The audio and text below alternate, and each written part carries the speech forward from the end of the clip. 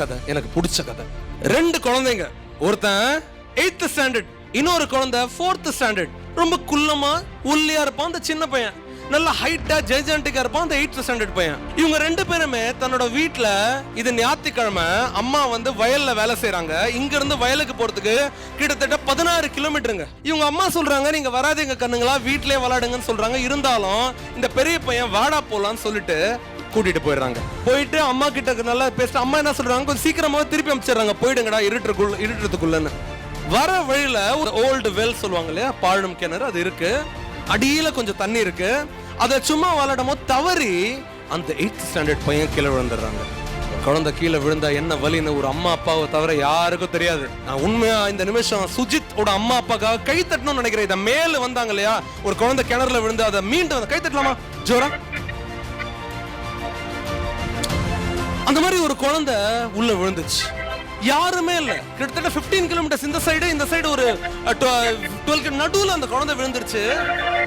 யாருமே இல்ல. அந்த குட்டி பையன் மட்டும் தான் இருக்கான். அந்த குட்டி பையன் பேரு த்ருவ், இன்னொரு பையன் பேரு அசோக். கீழே விழுந்திருக்கான் அந்த அசோக் த்ருவ் என்ன காப்பாத்து, த்ருவ் என்ன காப்பாத்து, த்ருவ் என்ன காப்பாத்துன்னு சொல்றான். த்ருவுக்கு ஒன்றும் புரியலங்க, சின்ன குழந்தை, சுத்தி யாரும் இல்ல. ஆனா உள்ள இருக்கிறது இவனோட டபுள் ட்ரிபிள் 4 மடங்கு 5 மடங்கு வெயிட்டா இருக்கிற ஒரு குழந்தை. என்ன பண்ணும் தெரியல அந்த குழந்தைக்கு. உடனே வேற என்னன்னு தெரியாத அந்த குழந்தைக்கு அந்த பக்கெட், ஒரு பக்கத்துல ஒரு கயிறு மாதிரி இருக்கு, பழைய பக்கெட்டை தூக்கி உள்ள போடுறான். அந்த குழந்தை இழுக்க ஆரம்பிக்கிறான். அண்ணாவை இழுக்கிறான், திருப்பி கீழே விழுறான். டே த்ருவ் காப்பாத்துறான், அசோக் கத்துறான், திருப்பி இழுக்கிறான். Finally to all our questions, நம்ம எல்லாருக்கும் ஆச்சரியம் வர மாதிரி அந்த குழந்தையை காப்பாத்திடுறான். அண்ணனை ஊருக்கு சந்தோஷமா போறாங்க. போற வேளை ஈர துணிலாம் காஞ்சிருது. ஊர்ல போய் இந்த விஷயத்த சொல்றாங்க, அம்மா இந்த மாதிரி ஆயிடுச்சு. எப்படி இந்த குழந்தைய இவனால தூக்க முடியும்? இதான் எல்லாரோட பிரச்சனை. எப்படி தூக்க முடியும்? இவனோட வெயிட்டோட அவன் வெயிட் அதிகம். பழைய கயிறு, ஒரு பக்கெட், அவ்வளவு ஆழம் கிணறு, எத்தனையோ ஃபீட். அது ஹவு? எப்படி? ஊர்ல ஒரு பெரியவர் மட்டும் அவங்கள நம்பினாரு. த்ருவ் சொல்றது உண்மைதான், அந்த சின்ன பையன் சொல்றது உண்மைதான், அவன் தூக்குனா.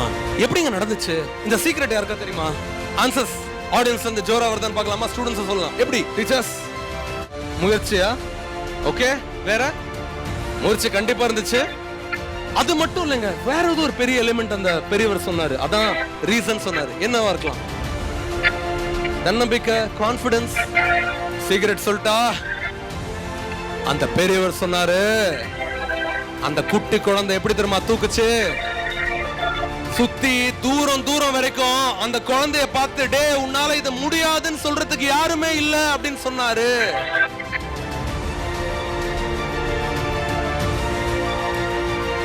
சுத்தி தூரம் பல கிலோமீட்டர்ஸ்க்கு யாருமே இல்ல. டே த்ருவ் உன்னால இது முடியாதுடா, விட்டுறான்னு யாருமே சொல்லல. அதனாலதான் அந்த குழந்தையால முடிஞ்சது. சொல்றேன், இங்க இருக்கிற ஒவ்வொரு குழந்தையும் பயங்கரமான சக்திசாலியான குழந்தை. அதுவும் கிராமப்புறங்கள்ல இருக்கிற குழந்தை, மண் வாசனை இருக்கிற குழந்தை, இந்த நேச்சரோட ஒன்றிய குழந்தை, பவர் அதிகம். குழந்தை தோத்துச்சுன்னா அதுக்கு முக்கியமான காரணம் சுத்தி இருக்கிற பீப்புள் ஒரு பெரிய காரணமா இருப்பாங்க. பேரண்ட்ஸ் நீங்க நம்பணும், டீச்சர்ஸ் நீங்க நம்பணும். முதல்ல எங்க தெரியுமாங்க நம்பணும்? முதல்ல எந்த அம்மா தன்னை நம்பினாங்களோ அவங்க குழந்தைய நம்புவாங்க. எந்த அம்மாக்கு தான் மேல நம்பிக்கை இல்லையோ அந்த அம்மா எந்த குழந்தைய நம்ப மாட்டாங்க. If a child loses because the mother has lost already, எந்த குழந்தை இன்னைக்கு தோக்குதோ அதுக்கான ஏற்கனவே அந்த அம்மா தோத்துட்டாங்கன்னு அர்த்தம். எந்த அம்மா தோல்வி ஒத்துக்கலையோ அந்த குழந்தை என்னைக்குமே தோல்வியை ஒத்துக்காது. The secret behind every child is the mother. ஒரு தாயோட சக்திசாலி இந்த உலகத்துல வேற எதுவுமே இல்ல.